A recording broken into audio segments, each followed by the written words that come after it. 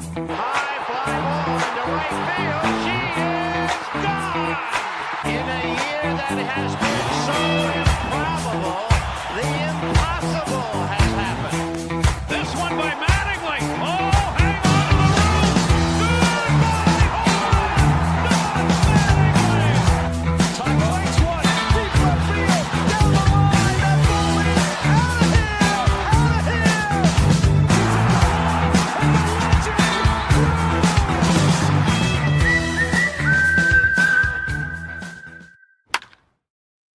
What's up, everybody? Welcome back to another episode of Tablesetters, covering all things Major League Baseball. As always, I'm Steve, joined for episode 145 of my tag team partner, Devin. What's going on, man?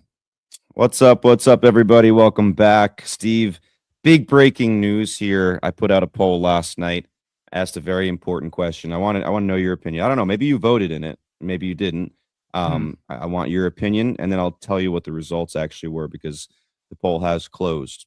True or false? Tater tots are a kids-only food. Give me your opinion. False. Unequivocally All right, false. so you are with the crowd. It was pretty loud out there as far as the results we got. Over 90% of the people voted.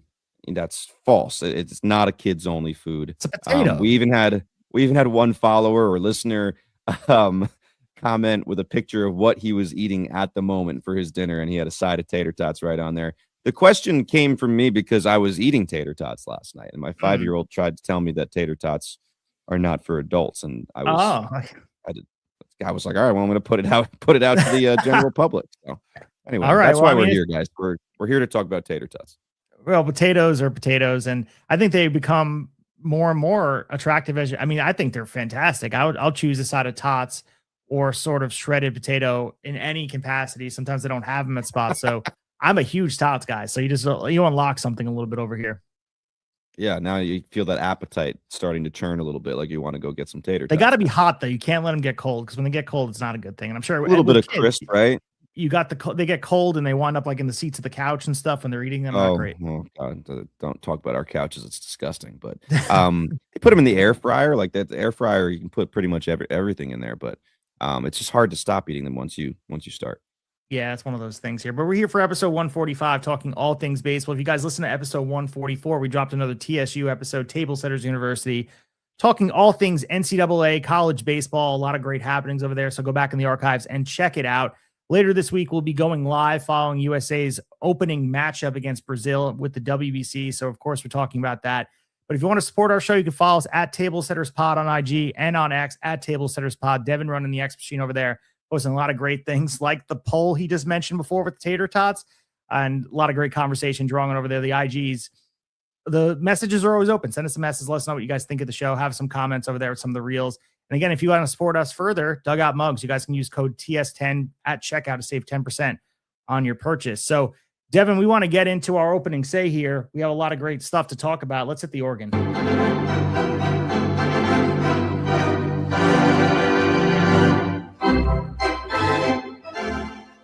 All right, so we're getting ready for the World Baseball Classic. You guys have listened to us preview it endlessly. You heard a lot of media heads talking about the WBC, but it's finally here. Just spring training is beginning to hit its stride.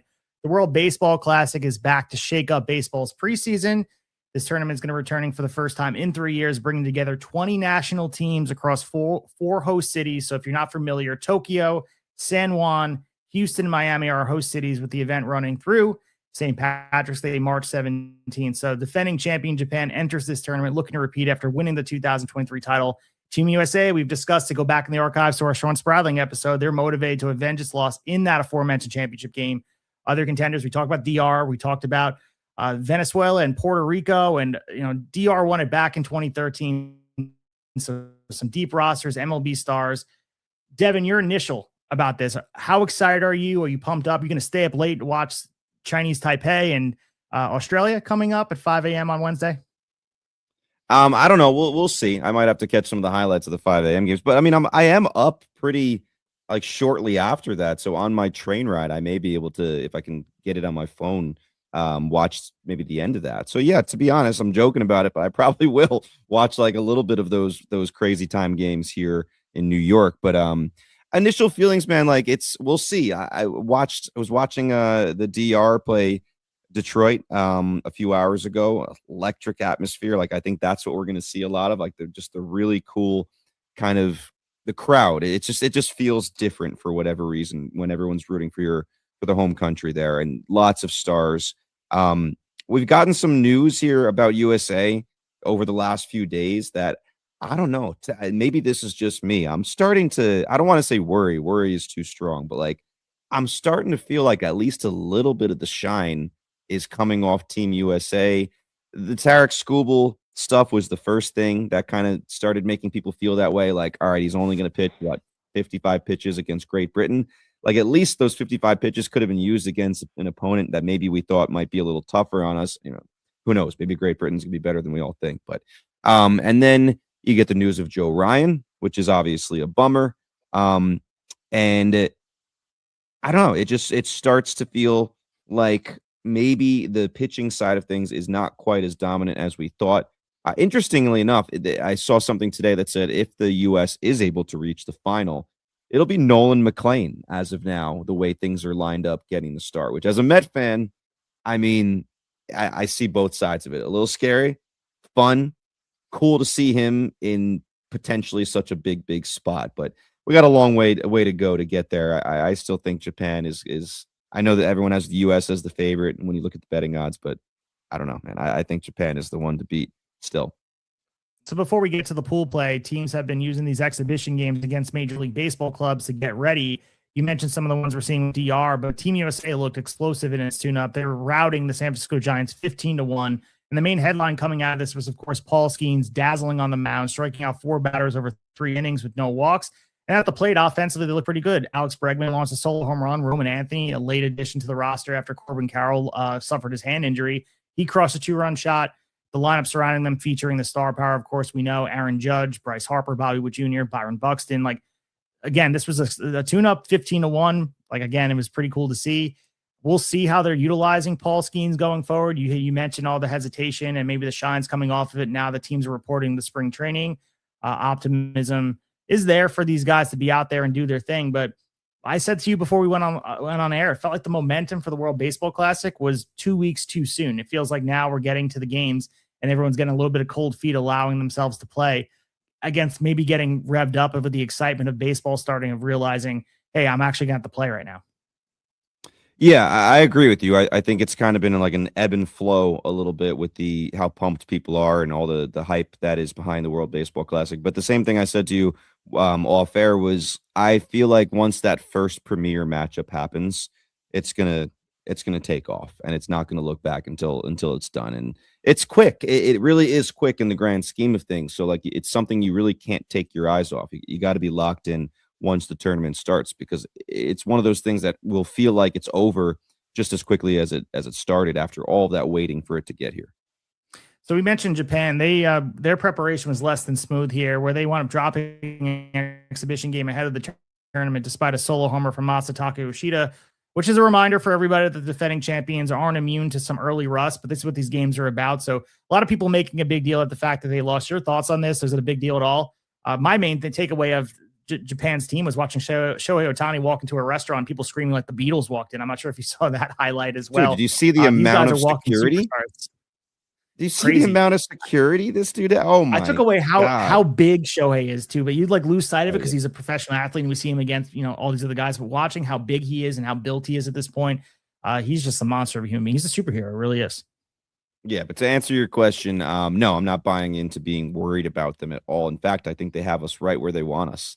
Like, hey guys, let's lose this first game just by like at last second, right? Like get everyone underestimating us. No, man, like I said before, I truly do think Japan is the team to beat, not just because they won the last one. I don't know. There's aura there, if we're going to use the words of the younger people here. I just, there's something about Japan that just feels different when we get to the World Baseball Classic, and it's hard not to buy into it. And no, that result does not affect my opinion at all. So before we move on from the WBC, to guys give you the groundwork of what we're looking forward to. As we said before, Friday we're going to be going live after USA's first game, but the tournament officially kicks off Wednesday night or Wednesday morning, depending on where you're at, when Chinese Taipei faces Australia in Tokyo, kicking off the round-robin pool stage. Each 5-team group will play through the week with the top 2 teams from each pool advancing to the quarterfinals. So some of the early games to watch across the opening stretch include Chinese top 8 versus Australia. As I mentioned, Czechia will take on South Korea, Japan versus Chinese Taipei, Cuba versus Panama, Netherlands versus Venezuela, Mexico will take on Great Britain, Puerto Rico versus Colombia. And Team USA, as we mentioned, opens their tournament Friday night in Houston against Brazil, followed quickly by games against Great Britain, Mexico, and Italy as Pool B takes shape. Pool play will run through March 11th. As Devin said, this will be super quick. Knockout stage beginning shortly after. The quarterfinals will be held on March 13th and 14th. The semifinals will take hold on March 15th and 16th.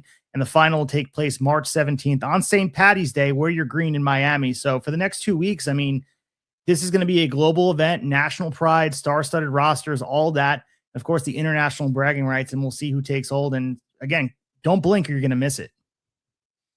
Yeah, man. I will say, just to finish my thoughts on the World Baseball Classics, watching, like, even before the exhibition game started, watching Aaron Judge and Bryce Harper, like, and Bobby Witt walk up the stairs together, all in the same uniform, is like just a crazy image. I don't know. There's something about that. Some of the offense of Team USA, and then Skenes and Judge in the same locker room. It's a wild thing to see, but really looking forward to it. We're going to see some fireworks for sure. All right, with that being said, let's get into our meat of the order and talk about all the other news around baseball. We have the meat. All right, so let's open it up with Kevin McGonigle, 21 years old, Detroit Tigers, number 2 overall prospect in baseball. Devin, you wanted to bring him to the table and discuss about all the things he's doing over there. Yeah, man. I mean, it's perfect segue because his Detroit Tigers took on Team DR today in their exhibition, and there were some fireworks there, and McGonigle was the first one to fire. He basically started the game with a home run off of Luis Severino just to add to his fantastic spring so far. Ended up going 3 for 3 with a home run tonight, 3 RBIs, 2 runs, and a walk against the DR. So, like, this guy just continues to put his name more and more on the map. And I know he's the number 2 prospect overall. So how you're probably saying, like, well, how he's already known by everyone. Yes, he's known, but like all the hype on Connor Griffin, who we are also going to talk about tonight, at times it felt like McGonigle maybe was not getting some of the pub that he deserved.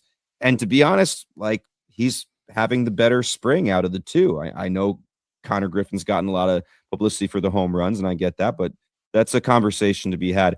McGonigle, man, overall is just more than making his case to be on the Tigers opening day lineup. He starts the game with a home run tonight. It kind of gets overshadowed later when Juan Soto, Manny Machado, and Junior Caminero go back to back in the middle of the game, and the place absolutely loses it. But before that, the McGonigle home run was the highlight. But he, in the spring before this, he was 6 for 15, 2 doubles, 1 triple, 5 runs, 1 RBI, 2 walks, 1 stolen base. And there's a few things, like, we all knew he could hit, but he is just showing himself this spring to be a complete baseball player, total package. People are talking about how he looks faster. Like, no one ever thought he was slow, but he looks faster.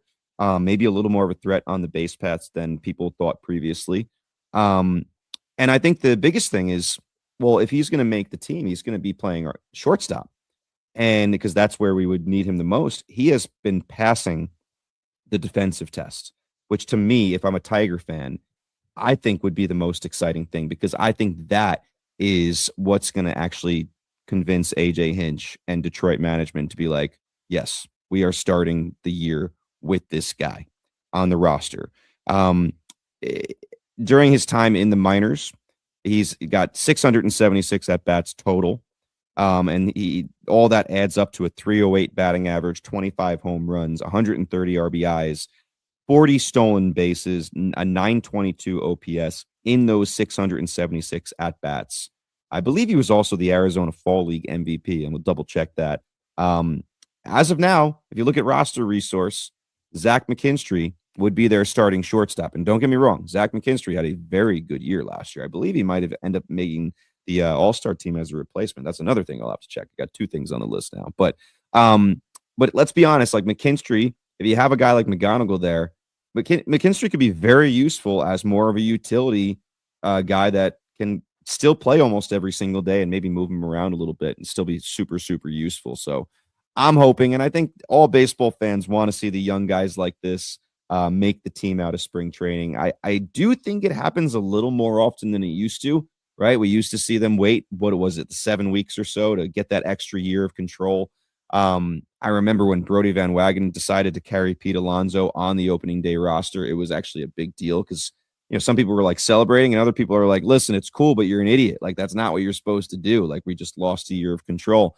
Nowadays, there's, certain prospect promotion incentives, things like that. If you have a guy on opening day and it goes on to win an award or something like that, there are things that are incentivizing guys to do this more often, where they do let these kids that are proving themselves to look major league ready start on the team. I was going to say April, but let's be honest, now it's late March. So fingers crossed McGonigle keeps this up and forces their hand. And if we look at the way evaluators at Baseball America at least are looking at him, they recently gave him an 80 grade hit tool, which is the highest grade that they can give him. They can assign to a hitter. And that's not one they give out lightly. It's only been giving out a handful of times in the last decade. They also, in the article, if you go and look at what their write-up of him, they noted they struggled to find any real weakness in his offensive profile because he has the combination, as you mentioned before, of the discipline, the elite contact ability, and the power in a way that rarely shows up in young players. They also suggest that he could become the best homegrown Tigers hitter in decades, which is remarkable praise considering the organization's long history. And again, you mentioned the sample size. I'm not going to reiterate what you said about spring training. He's looking out there. I think the biggest thing is they're trying to balance excitement with the development. That's always the case with young players. He's only played a limited number of games above AA. And I think Detroit traditionally, if you follow their track record, they prefer to let hitters spend time in AAA before making the jump to the majors. Service time, of course, considerations, as you mentioned before. And the reality of the developmental curve could still mean he starts the season in the minors. But you mentioned the moment, like against Severino, makes a decision more complicated. You want to capitalize on the window. If they are indeed going to keep Tarek Skubal and he's not going to be traded, this is the year to try to go for a World Series and trying to put yourself in the best position to win. And service time be damned, let McGonigle go out there and do his thing, because it's hard to justify keeping him down there, because whether he breaks camp at Detroit or arrives a few months into the season, I think the sense around baseball is that his debut is not far away. This is a guy who's going to be out there. And if the scouting reports are correct, we could be watching a player right now that is setting the stage to be one of the faces of Detroit baseball for many years to come. Yeah, I just feel like if he continues to tear it up, and obviously spring training, we still got a few more weeks here, but if he continues to tear it up, to me, for the Tigers specifically, this is an all-in year, right? It might be the last year of Tarek Skubal. They've gotten so far, right? They've gotten relatively close. They're the class of the AL Central. You might just have Skubal for one more year. You gave Framber Valdez the big AAV deal. To me, this is a all hands on deck. Let's go for it from the start to finish, right? Like all gas, no brakes. So I really do think, and listen, if his stats start to fall off a little bit as the spring goes on, that's a different story. But if he keeps this stuff up, and I mean, to me, tonight is the most impressive. You're looking across the diamond at a team of absolute perennial, not mostly, but so many perennial all-stars or future perennial all-stars.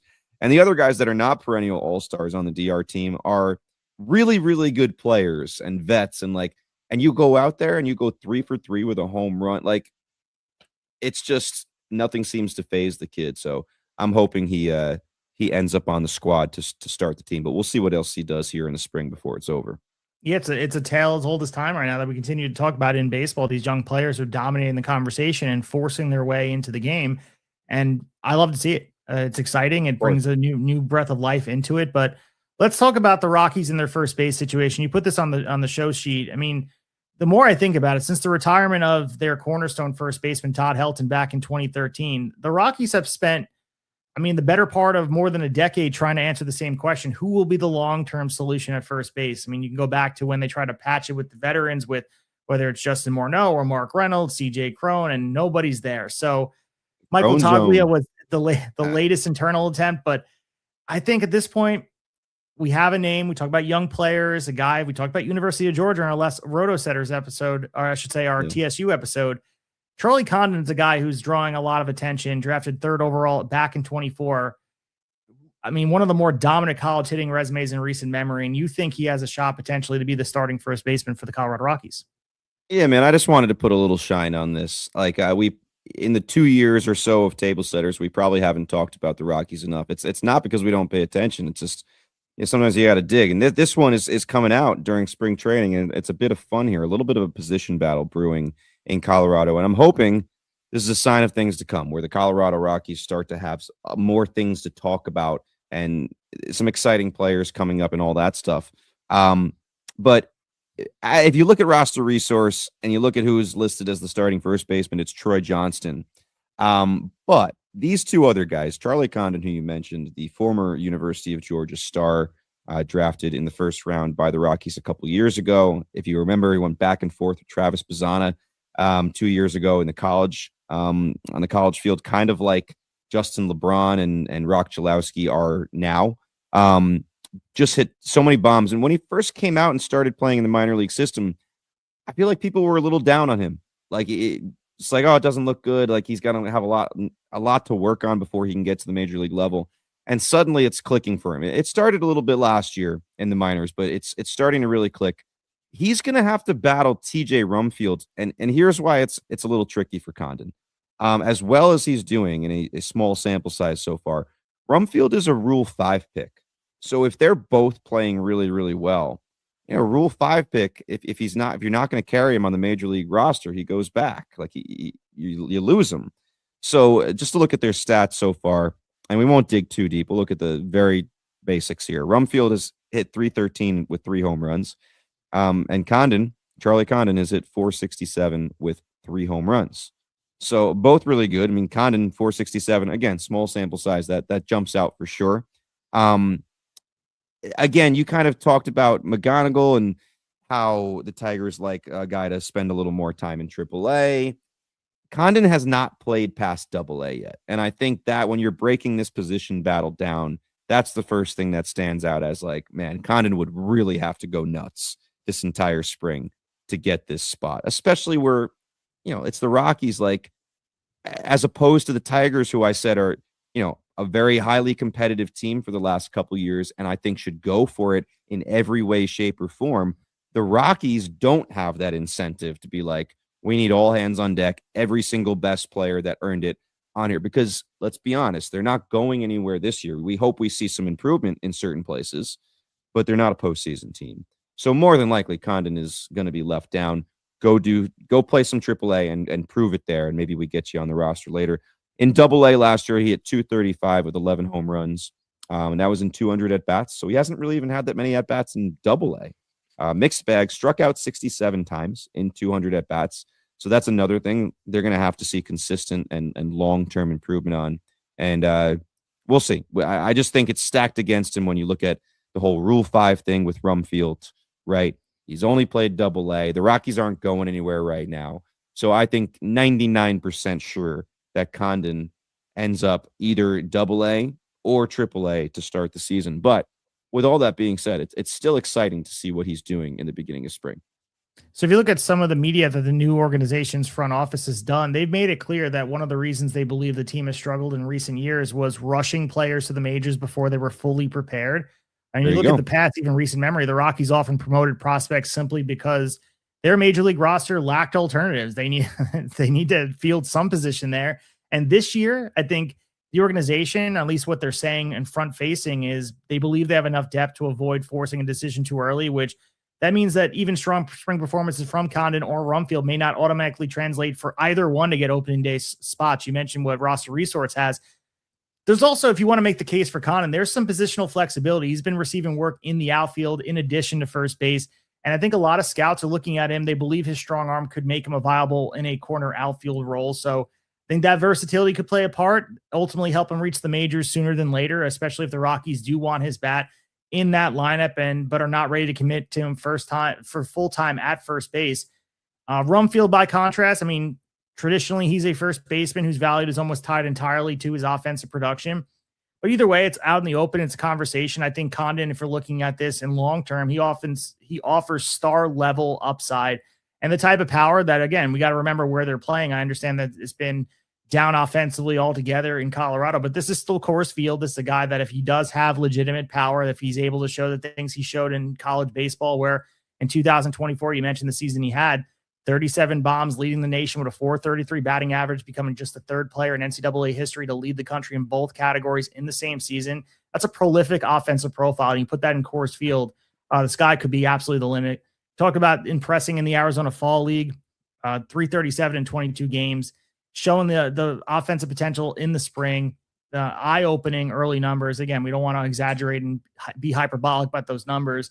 I think Charlie Condon has a very, very bright future, but the Rockies are, as you mentioned before, not much going on competitively this year. So they're going to be very, very hesitant on putting him out there and being exposed, saving him, letting him mature, get the confidence up. But there is a case of we'll talk about him later in the episode with Connor Griffin, and the Pirates are in a different spot than the Rockies. But sometimes you're just forcing your way through, and there's really no excuse not to be up there if you're pounding, hitting. But I would fully expect Condon to probably start in AAA.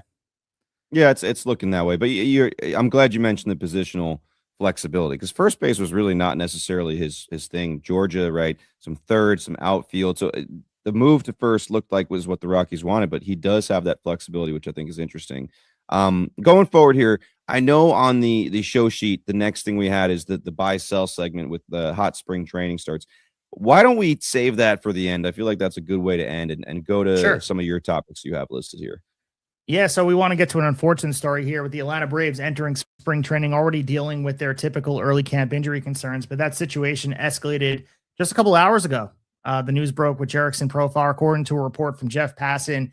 He's facing 162-game suspension after testing positive for performance-enhancing drug for the second time within the past year.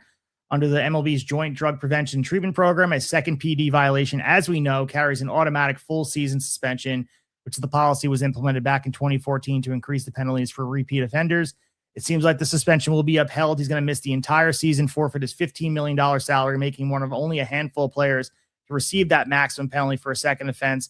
And this is jarring because, I mean, Profar, again, we talked about, there's no other word but just idiotic for going through this. He's been, for the Atlanta Braves, though, they're giving him a second chance after this went down. He's expected to contribute immediately after signing with the club following the best season of his career.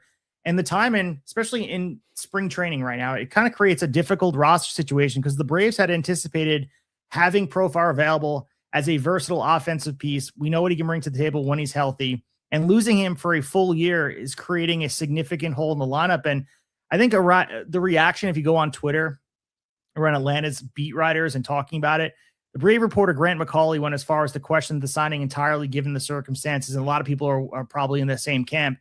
He talked that the move could probably become the worst free agent signing in Braves history, depending on how this unfolds, and clearly doesn't look great in Profar's case. You look at Ken Rosenthal, the MLB Players Association intends to challenge the suspension, but again, it doesn't seem like Profar is going to get out of this. He's going to be suspended for the full year. I mean, for a team, if again, the Braves coming off last year, postseason expectations, the team, everyone's looking to bounce back.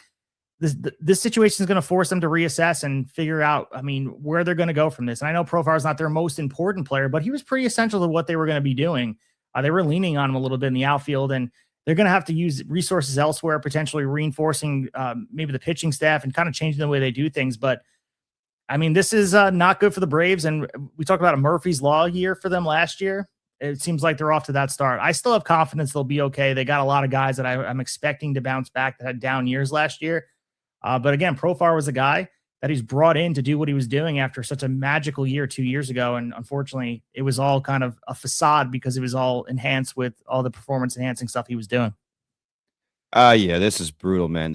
All the talk around the Braves should be like, we think this is the year Ronald Acuna comes back and looks like an MVP again. And like, oh, you know, Austin Riley is going to come back and look like the old Austin Riley. Like that should be the conversation. Like maybe we get another Cy Young year out of Chris Sale.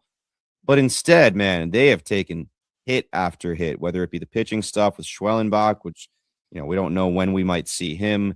Hurston Waldrep also, like their depth pieces in the pitching staff are getting banged up as well.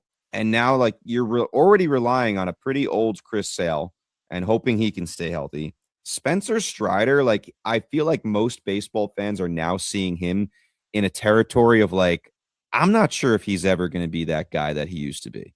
Like there's stories about the Braves turning off the radar gun or like on the screen for like, so no one can see how hard he's throwing when he's throwing it. Like there's some weird stuff there. Ronaldo Lopez, remember before his injury last year, had made the transition from reliever to starter. Now he's got to get back to that after the injury. Like, I feel like that's a little different. You're relying him like the rotation right now. You're relying on Grant Holmes, who had some pretty serious injury possibilities. Like we don't know how long he's going to last. Bryce Elder. This team suddenly looks super thin. Jurickson Profar. Listen, you can still put a nice outfield together. Ronald Acuna, Mike Yastrzemski, and Michael Harris. That's not bad, but it's the depth. Everyone else moves up. Acuna, I would think that you would. I would think you'd like to rest his legs every once in a while. Let him DH a little more than you used to. Things like that. Not constantly, but every once in a while. You look at the bench right now. It's Jonah Heim, Jorge Mateo. Because remember, they also lost Kim as well. I didn't even mention that. Jonah Heim, Jorge Mateo. He'll be back in May, but Brett Wisely and Eli White. That is your bench right now. Profar should have been, like you said, playing some outfield, DHing some. Right now, their DH on roster resource is listed as being non-roster invitee Dominic Smith. Dom Smith is your DH right now at age almost 31. I don't know. I know you said you still have faith in these guys. Maybe it's the Met fan in me that doesn't want to have faith in them, but I'm usually pretty objective with this. If anything, I might usually overrate teams like the Braves and the Phillies because I watch them so often play the Mets and sometimes beat the Mets. If you're a Brave fan, you got to be a little sick about all the things that have gone wrong, and it's the first week of March. Yeah, I mean, you mentioned there's a lot to be upset about here, but when you look at a team, Matt Olson, Austin Riley, Ronald Acuna, you got guys out there that are going to be able to, at the very least, you'd imagine that Michael Harris, you mentioned before, everything that could have went wrong last year, and yeah, they're off to a really bad start. I guess you got 2 years in a row of someone broke a mirror somewhere in that dugout or locker room because there is a curse. Maybe Danhausen, to bring it back to wrestling, has cursed all that's going on in the Atlanta Braves, but it's not a good thing right now. And I think certainly right now things are, if you want to be an optimist, eventually the sun will shine and something has to get better. But you're right. Going into the season with Dom Smith as your DH, maybe there's a trade somewhere down the line, but they easily could have updated what they were able to do during the offseason. I mean, at some point they take Profar and keep him in the lineup. They're still pretty thin. You know what I'm saying? Like Profar's not if we're relying on Profar to be your season saver and you pull him out and the bottom falls out, that's probably a bad thing too, that you weren't building enough depth come beginning of April. I just think it's the combination of the pitching worries. It's the combination of the pitching injuries that already exist, and then the guys in your rotation that are currently healthy having plenty of concerns about maybe not making it through the entire season, and now losing some of your offense. And you never, the Ronald Acuna's had 2 major leg injuries. Let's just remember that. Austin Riley's had a lot of leg injuries. Michael Harris only figured out how to hit the ball for like 1 month last year. Other than that, he was one of the worst hitters in the league. Obviously, we know he's a great fielder. Ozzie Albies pretty much never plays a full season. We could go on and on. True. It's hard to convince me that, no, all those guys that are still on the roster are going to be fine. They're going to play. I still am scratching my head as to why they have not, on the pitching side, gone and signed Lucas Giolito or Zach Littell. Why? Why have they not signed one of those guys? Unless I missed a bulletin and one of those guys went elsewhere. I haven't seen their name as far as signing. Tell me if I'm wrong, but I don't know. It's getting late in the game here. They can still do it, but yeah. I mean, if you're a Brave fan, you have to be, if not worried, a little sick, a little nauseous here.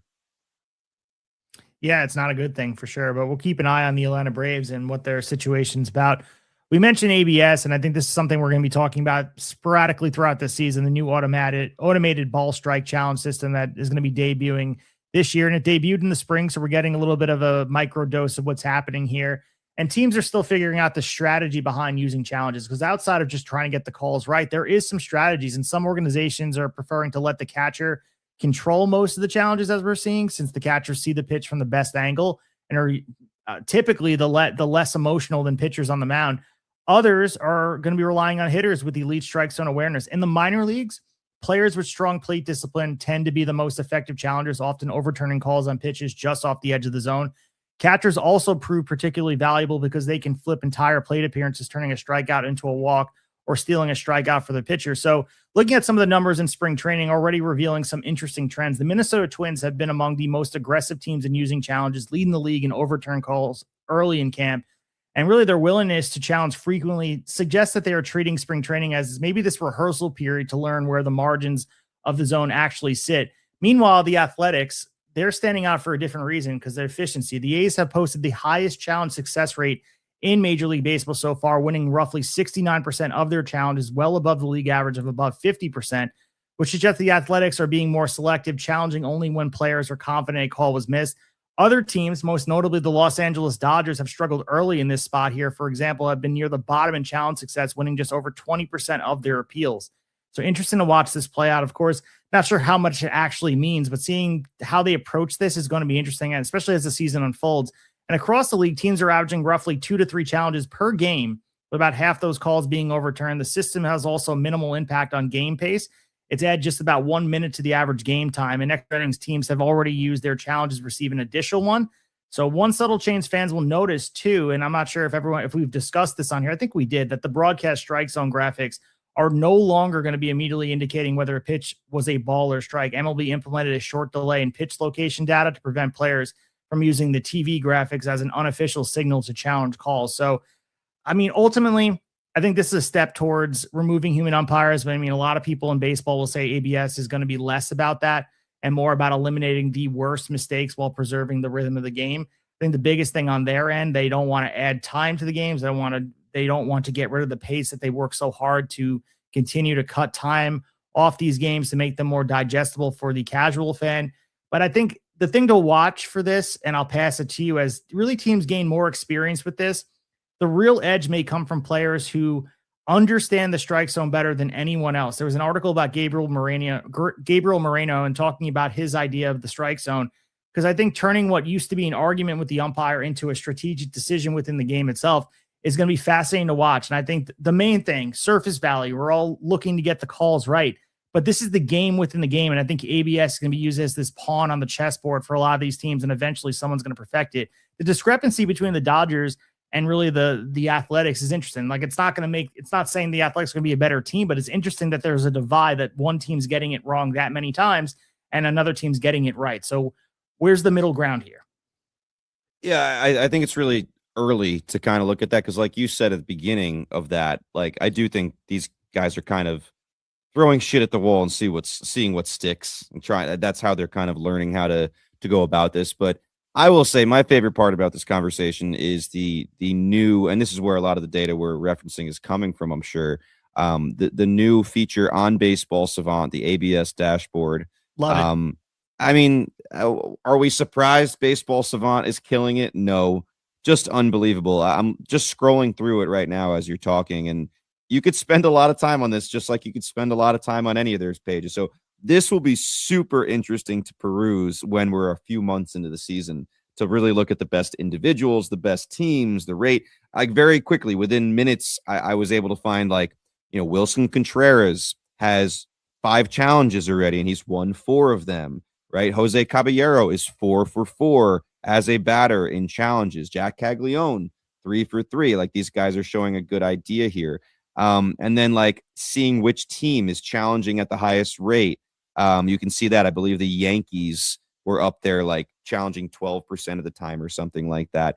And then you could look at the catchers or the pitchers as well. A lot of talk this week about how Patrick Bailey, there was some doubt in people's mind, and we even had this conversation of, like, all right, wait a minute. When ABS comes, those guys that are really good at framing, is that, like, not going to be a thing anymore? Are they not going to be as valuable? A lot of Patrick Bailey's value is on the defensive side, and a lot of that is because of his framing.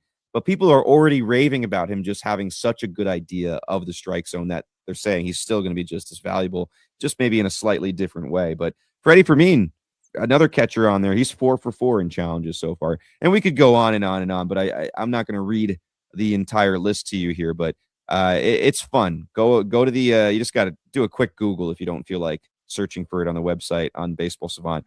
You search Baseball Savant ABS and it'll be the first thing that comes up. But this one will be a fun one to look at. And I'm glad you pointed out that it's only adding about a minute to the game, because I did see some people out there like, I don't like how, MLB worked so hard to eliminate all this time off the game, and now we're going to add it all back on. That's a little bit of hyperbole there. You're not adding it all back on, like adding a minute to get things right. So I think it's fine. Yeah, the process typically takes around 15 seconds. If you're looking at, once the challenge is made, the pitch is reviewed using the automated system, and the result appears on the stadium scoreboard, and then it's over with. So the main thing is going to be getting to the new norm of what baseball is and how this goes. And my main takeaway from this is imagine a game ending on this. And I understand we have to be okay with that. Yeah. That's my one thing I can't take away, because you got to imagine this in the biggest scenario, that a game ends, a World Series game 7. Can you imagine the beautiful series we just saw? It could end on something like that. I guess at the end of the day, it could end on a challenge. Like we saw everything go down with the close calls. It could be possible, right? Well, think about how close we came to basically that scenario with Kiner Falefa and Will Smith's foot on home plate. Sure. Like we almost saw it. I do think this is even more anticlimactic. Like that, the other version too, like this, the regular replay, that to me is a pretty shitty way to end a classic World Series potentially.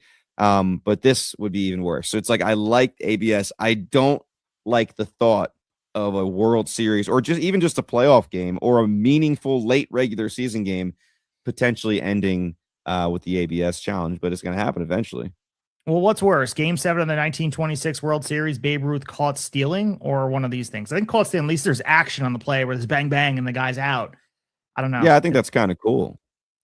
Yeah, it's certainly something to get used to, the new norm in baseball, and watching this go down. I mean, it's going to be made in a couple seconds, tapping the helmet or the hat or signaling verbally. This is going to be something, again, that we have to get used to. At some point, this will be the new norm at this time next year. Like, it feels like it's always been there. But let's move ahead to another young player that everybody's talking about, Connor Griffin. Few prospects in baseball are entering the season with more attention than this player. And this spring, he's doing exactly what elite prospects are supposed to do when the spotlight turns their way. I mean, he's making the conversation for him unavoidable. He was the number one prospect entering camp in the sport, according to MLB Pipeline. Early spring results are only fueling this hype. At only 19 years old, he has launched three home runs with 6 RBIs in just 14 Grapefruit League games. Batting, his OPS is 1.124. I mean, flashing the type of power that scouts believed he would translate quickly. Look at the underlying profile for him. I mean, a lot of people in the industry are very aggressive with expectations. He was selected 9th overall by the Pirates back in 24. And look at the combination of power, speed, defensive versatility. He has athleticism to handle shortstop or center field. He has a powerful arm, the type of speed that allows him to impact the game on the bases. He's already entering the year as a plus 280 betting favorite for the NL Rookie of the Year at DraftKings, ahead of players like J.J. Weatherholt and Nolan McLean. And I think, a lot of people are super excited, especially the excitement in Pittsburgh because of the making themselves a little bit more competitive. Looking at Paul Skenes being selected 1st overall back in 23, and he immediately became the face of the franchise, winning NL Rookie of the Year back in 24, the Cy Young Award the following season. And now if Griffin comes this year and produces anything close to the expectations, the Pirates could suddenly find themselves one of the most dynamic young cores in the sport. But the thing is, as we mentioned with these young players, the path to Rookie of the Year and even the opening day roster isn't as simple as just get out there and play a strong spring. The Pirates have every incentive to be cautious with the player and his timeline, especially given how young he is. If he were to debut on the opening day roster with the Pirates, he'd become the first teenage hitter to do so since Ken Griffey Jr. back in 1989. So it doesn't happen. History shows us that even generational players, they need time to adjust. Teenage hitters who debut in the majors typically produce an average OPS plus of around 75, roughly 25% below league average. So again, he might just be this alien player that is better than anything we've ever seen. If Pittsburgh chooses to delay his debut, I think a lot of people will be upset, especially with the service time reasons, something that we saw the organization do with Paul Skenes. It could shrink the window he has to build for an award-winning season. But at the same time, the bigger story could be he's forcing them to at least consider accelerating that timeline. The numbers he's putting up this spring, and more importantly, the buzz he's creating around Pittsburgh. That's important. Driving conversation and excitement, getting people to want to come out to PNC Park outside of the every 5th day that Paul Skenes is on the bump. He's a player that has people wanting to buy jerseys, and you can't really understate how important that is for the franchise, for the excitement. He has been hammering down on all the details. I think at this point, it would be a disappointment if he doesn't show up on the opening day roster. He looks every bit as ready. And sometimes there's outlier players, and he seems like he's one of them. So put in the category of Ken Griffey Jr. as a teenage player, he looks like he's ready. So I'm going to play a little bit of the other side here, and people might roll their eyes at me because I'm not going to sit here and say I'm a Connor Griffin detractor. I love Connor Griffin. I think Connor Griffin, from everything I've seen, is going to be everything that people are saying he's going to be. But I think the stats so far, number one, super small sample size, as is everybody right now, and also a little bit deceiving. Like, he has 3 home runs and 6 RBIs. Those are his only 3 hits. And like only is in quotations because it's still awesome. But he's 3 for 14 on the spring. He's only struck out 2 times, which is nice to see because I think a lot of times strikeouts are the worry with younger players. But I'm sitting here right now. I have not necessarily seen enough to say bring the 19-year-old kid up right away. Again, similar to McGonigle or some of the other guys we've talked about, if they keep this up all spring, then that's a different situation. Like the average is 214 right now in a small sample size. If that average is closer to 250, 270, and he hits another couple bombs, right, and he takes some walks, which he hasn't done yet, and he's still not striking out at a high clip, and he's fielding his position well, yeah, bring him up. But like bringing a 19-year-old kid up to start the season, to me, he's got to go nuclear. And some people might see those 3 home runs and see those highlights and be like, oh, this kid's going nuclear. I mean, when you look at the whole picture, I don't know. Again, I feel like a little bit of an asshole be like trying to kind of take him down a peg. And that's not really my objective, to be honest. It's I just kind of playing the other side of things. If I'm in Pittsburgh management, I'm trying to look at the whole thing. It's like, all right, well, like if he comes up right away with us and this is what he does on the major league roster, like he hits bombs sometimes, but it's kind of all or nothing. I don't know if that's the guy you want right away. Maybe he could have gone down to AAA or something and gotten a little more ready. So we'll see how the spring progresses. But sitting here right now, I'm not 100% convinced. I think it'd be really cool as a baseball fan. I'd love it. I just want to see a little bit more. So looking at the numbers across the 3 levels of minor leagues, he's hit 333, 21 home runs, 65 stolen bases over 122 games. Finished the year at AA Altoona, where he posted a 960 OPS, really in a small, impressive late season sample. I do agree with you. The case I'll make for him is there's something intangible about buzz and excitement that you're creating for your fan base. And what they've done this offseason with all the goodwill that they've fostered by investing in the team and going out there and spending money and doing what they've done and they haven't done, where the franchise has been a lot of goodwill to the fans for the first time in a while. And I'm not saying forego logic by putting him up there, but if he gives you the reason to put him up there and he looks like he belongs, there's no reason to upset your fan base, at the very least, in giving this kid a shot to be up there with the opening day roster because he feels like he's special. But there is the same thing. We talk about post-hype and players that are exposed a little bit at the major league level, and there is a case to make that he might be different. As I mentioned, he might be an alien compared to other prospects. But we've seen other highly touted prospects get up to the major leagues and struggle, and some of that bloom comes off the rose. And I'm not saying that, but it happens pretty quickly. And I'm not saying getting up there and going back and forth. We've seen players, think about last year. I know Christian Campbell's not the same player as Connor Griffin, but there was a time Christian Campbell was highly touted. Everyone's super excited for him.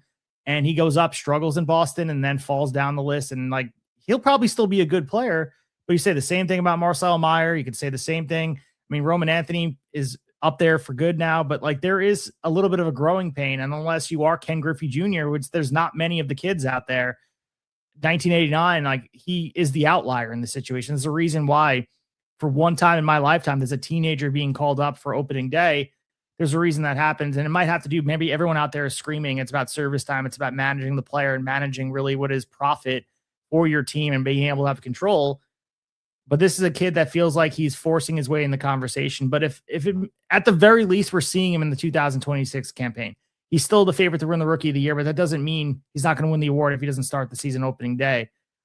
The smart thing, if you are the front office and Ben Cherington and everyone out there in Pittsburgh, Glenn, the smart thing is let him start in AAA and then wait for that window to close and want him to have the max amount of time you can use to have control of this player. But you can't mistake the excitement that would be in PNC Park for opening day, Paul Skenes, and all the new players he brought out there. And, oh, yeah, Connor Griffin, you new face of the offensive franchise. I don't know. There's something cool about that. I think they open up against my Mets, too. Is it in Pittsburgh or I'm forgetting if it's in Pittsburgh or Citi Field now. But, yeah, I would just say that it's also something you have to consider.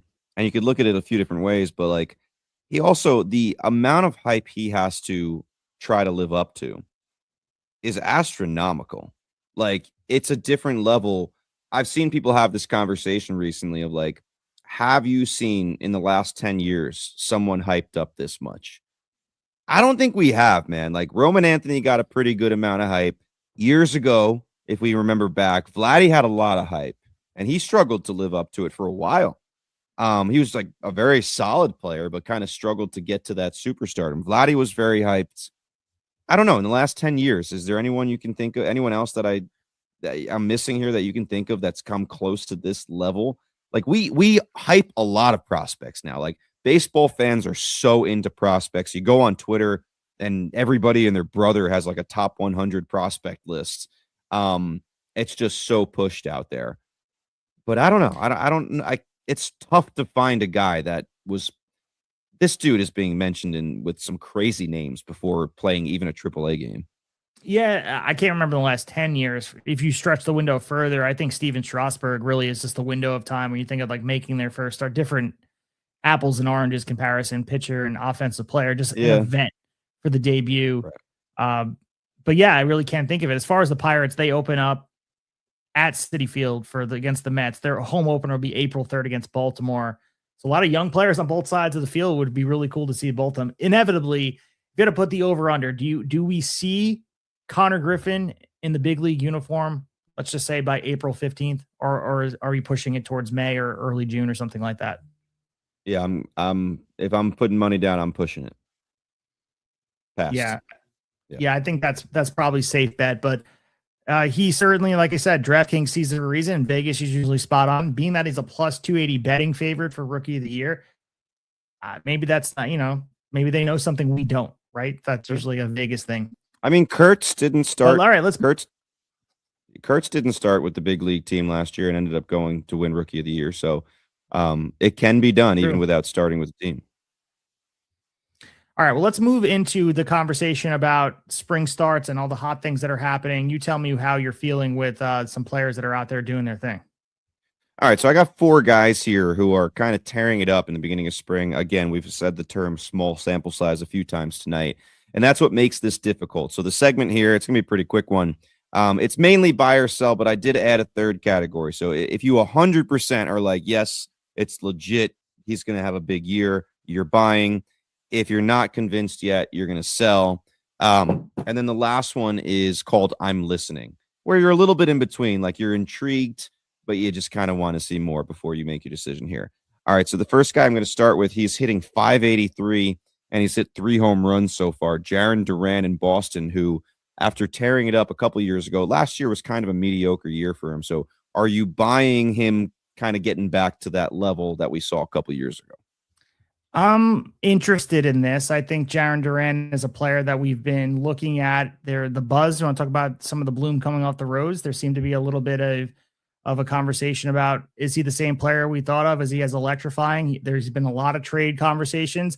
Seems to be motivated by that. I mean, watching what he's able to do, 3 home runs in a 24-hour span, giving him 7 total hits with 2 doubles and 3 home runs, 6 runs scored, 5 RBIs, 3 walks, 1 stolen base. And the biggest thing is just 2 strikeouts early in camp.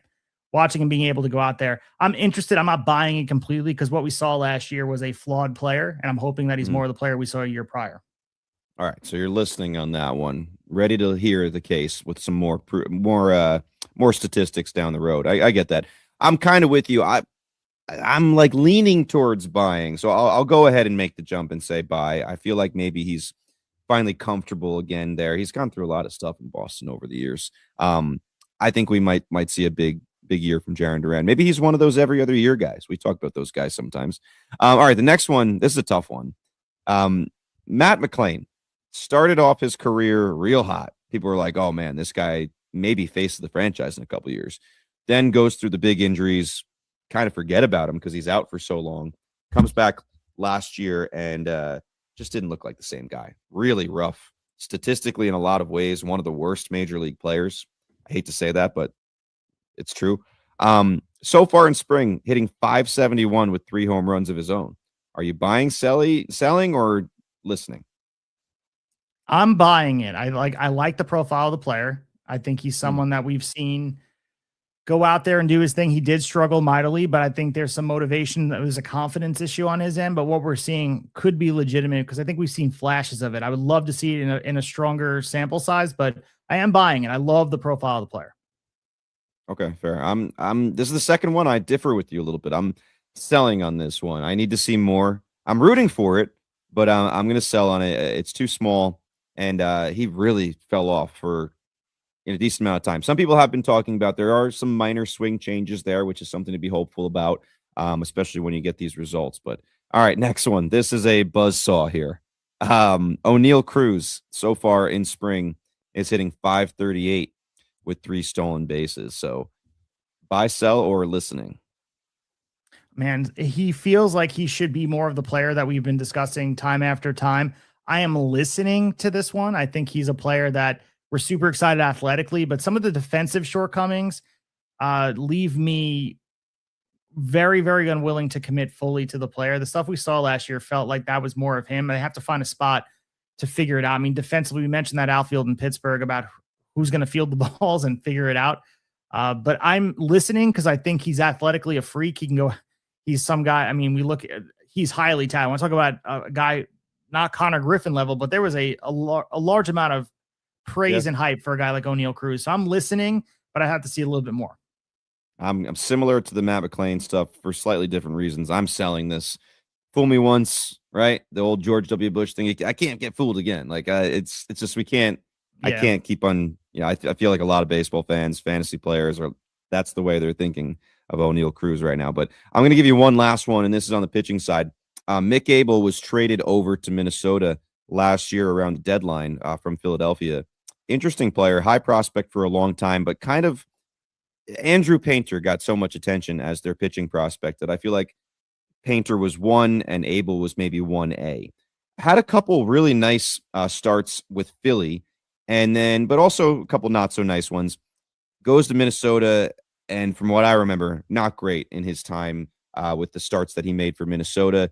The Twins are going to need guys like him or Taj Bradley to work out. Like interesting acquisitions for them last year. Like, they're going to need those guys to find it.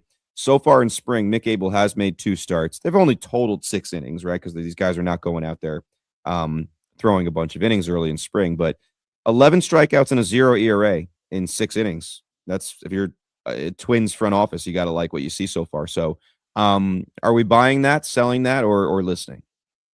I know it's probably just copping out, but I'm listening for him as well. I do think there is something to say about a low pressure situation to work it out. There's a difference by pitching in a big market with a lot of pressure and competitive nature to playing low stakes in Minnesota and a pitcher friendly park, of course. And obviously it's in spring training, but I do like the profile under the learning tree of Joe Ryan and being able to kind of pick his brain about learning some new pitches. Young player, highly touted. I do think that he might be someone that everyone's talking about in a few months, because what better place to workshop some things you've been struggling on than a team that's not uncompetitive with low stakes. So I am listening, but I'm not fully buying it. I need to see more. I'm going to buy this one. I mean, I feel like we've seen the flashes from him before, so it's not like we've never seen. I'm not saying he's going to go out and throw 11 strikeouts every time he throws 6 innings. And I'm not saying he's going to keep 0 ERA either. But I think he could be a very useful starter, and I think he will have some of those standout starts every once in a while where he really dominates. You mentioned the whole kind of low pressure thing in Minnesota. I agree with you. I love that for a guy like him. And also, like, you kind of got to throw some of those starts last year in Minnesota out because it's tough to go. He barely had any major league time under his belt anyway, and now he's get moved over to a different place, different division. You're facing different guys, different coaching staff. Now he's had an off season to acclimate, right? New coaching staff in there. I feel like he'll have his feet more under him starting from the get-go with the Minnesota Twins. So I'm going to buy that one. That might be the first segment ever where we had multiple questions and you and I did not agree on one of them. Very interesting. I mean, you could sell me on any of them. I don't feel as impassioned by my opinion on them, and I know I kind of copped out with some of them. McClain, like, I do like what I saw for him in flashes. I understand the bottom fell out a little bit for him last year, but there's something to like about the player and really seeing just the raw talent, the raw skills, and I think it's under there, and I think a lot of scouts see that in him. So watching him get off to a hot start, sometimes that is infectious, that you find a way to carry that over into the season and get hot. I think that is something to be said, and especially the ballpark he plays in. I think there's a lot to be excited about with him. Well, yeah, you can always, that's the thing. If you're talking about the Reds, you're talking about the A's, like, you can always throw that in there. Like, you got to love the home ballpark. If they do find their swing, those stats are going to be a little bit inflated because of where they play, which is great. Yeah, so a lot of good stuff here on the table. As we mentioned, we'll be back talking baseball on Friday and all the fallout of the WBC. So if you guys haven't listened to the episode 144 that we just dropped, TSU, get your up-to-date information about college baseball and all the things that are going on NCAA. And honestly, we just kind of touched the tip of the iceberg. We could have stayed on there for 3 hours talking about college baseball and all the things that are going on there. But a lot of great stories, great storylines that are unfolding in front of our eyes. And same thing with Major League Baseball. I know that we've been all over the place covering baseball, and this is the first episode in quite some time that you and I got on here and just kind of discussed Major League Baseball news, because there's a lot of focus on fantasy baseball, and rightfully so. A lot of drafts coming up and a lot of people getting ready for their drafts. As we mentioned in our last episode, we're a proud member of Fantasy Pros with expert rankers as well, so you guys can check us out over there. By the time this episode drops, in a couple days, our rankings should be done. At least mine are. I know Devin's got to get started on his, but we'll be popping them on there, publishing them. Redraft. Hopefully, we'll be able to get you ready for some dynasty drafts and also, prospect ranking. So where are some of these guys that we've been talking about? Where will they be ranked? Checking out all those things. And again, we are so thankful to be working with Chris Welsh and all the great people over and making the connections we have and taking stock of that, because we've been involved with some of the industry leaders in some of these mock drafts and just seeing the community grow and people reach out to us and being able to collaborate with us. It's something I don't take lightly, and we take a big responsibility helping you guys get ready for your drafts down the line. And it's awesome to see at episode 145 how much we've grown as a platform of table setters as we continue to drive through the beginning of opening day, which is really around the corner. Yeah, man, exciting times. I mean, we're close to episode 150, which is crazy. I feel like we just were celebrating episode 100 not so long ago. And lots to look forward to. We're just maybe 3 weeks away or less to our own home league draft, which is an exciting time for us. We will also get on here and discuss that as well. But I agree with you. It was nice to get on and talk specifically about the world of Major League Baseball tonight. Get back in that mode, and our division previews, where we will break down each division, kind of tell you what we liked about the offseason for each team, what we didn't like, what we think their weakness is going to be, what we think their strength is going to be, and then ultimately predict the standings from each division 1 through 5, how many playoff teams are going to come out of each division. Those are coming up very, very soon as well. So lots of meat on the bone here with WBC, with college baseball, fantasy baseball, Major League Division previews. So stay tuned, man. We are going to churn out the content. And listen, I was looking at, I'm not going to name the name because I don't want people to think I'm calling them out, but I brought up one of my favorite baseball podcasts the other day on Spotify, and I didn't end up clicking. They did not have an episode since late, or I want to say February 20 something, early 20s. And I was a little disappointed. Tablesetters here. Maybe we haven't been around as long as some of these other super established podcasts, but if you want a place to buy into that is going to constantly give you episodes and different conversations, this is the place to stay. So stay with us. For sure. And again, we will be live on Friday night on YouTube and on X with all the coverage of USA's game against Brazil and all the WBC action around there. Of course, we'll sprinkle in some baseball news, of course, as it's applicable, but we're going to try to focus really as a post game of the WBC and do that a little bit more often during the WBC. This is quick turnaround, but as Devin mentioned, in between, we'll be dropping those previews. It should be as of next week, honestly, looking at where we started last year, but we'll work it out and figure it out. What we did, we would kind of do what we did tonight, where we filmed 2 episodes in bulk, and we'll probably take, let's just say for the West divisions, AL West, NL West, we'll do both of them, drop them both on the same day, maybe one in the morning, one in the afternoon, and keep you guys informed and do all the preview and our predictions down the line. And then we get ready for opening day on Netflix. I didn't even mention that with the rights fees and all that. So behind more paywalls, I know the ESPN Unlimited stuff with, I'm not even sure if we discussed that on here, behind the paywall with ESPN Unlimited, they give you a free trial of it, but you can't get MLB TV unless you have ESPN Unlimited. It's an exhausting world we live in with technology. Yes, we have accessibility to all these amazing things, but they just continue to put price points and block you from enjoying them. So hopefully it doesn't block everyone from getting MLB TV and ruin what has been a really nice thing for some local networks.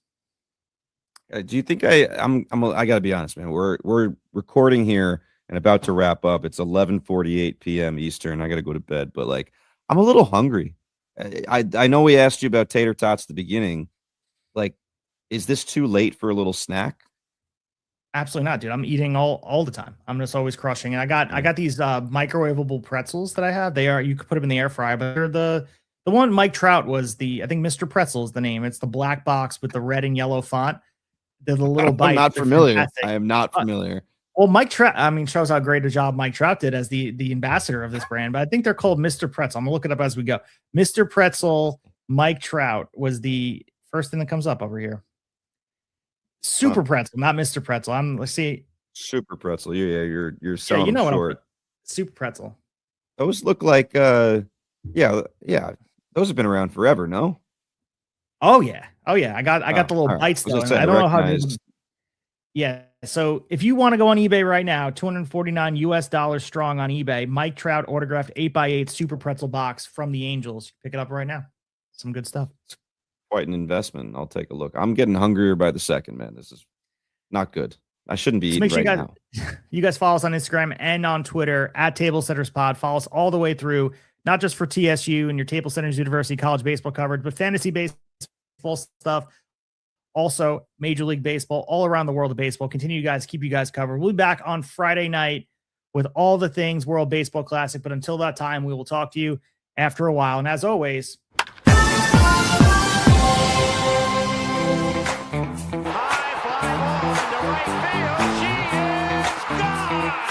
In a year that has been so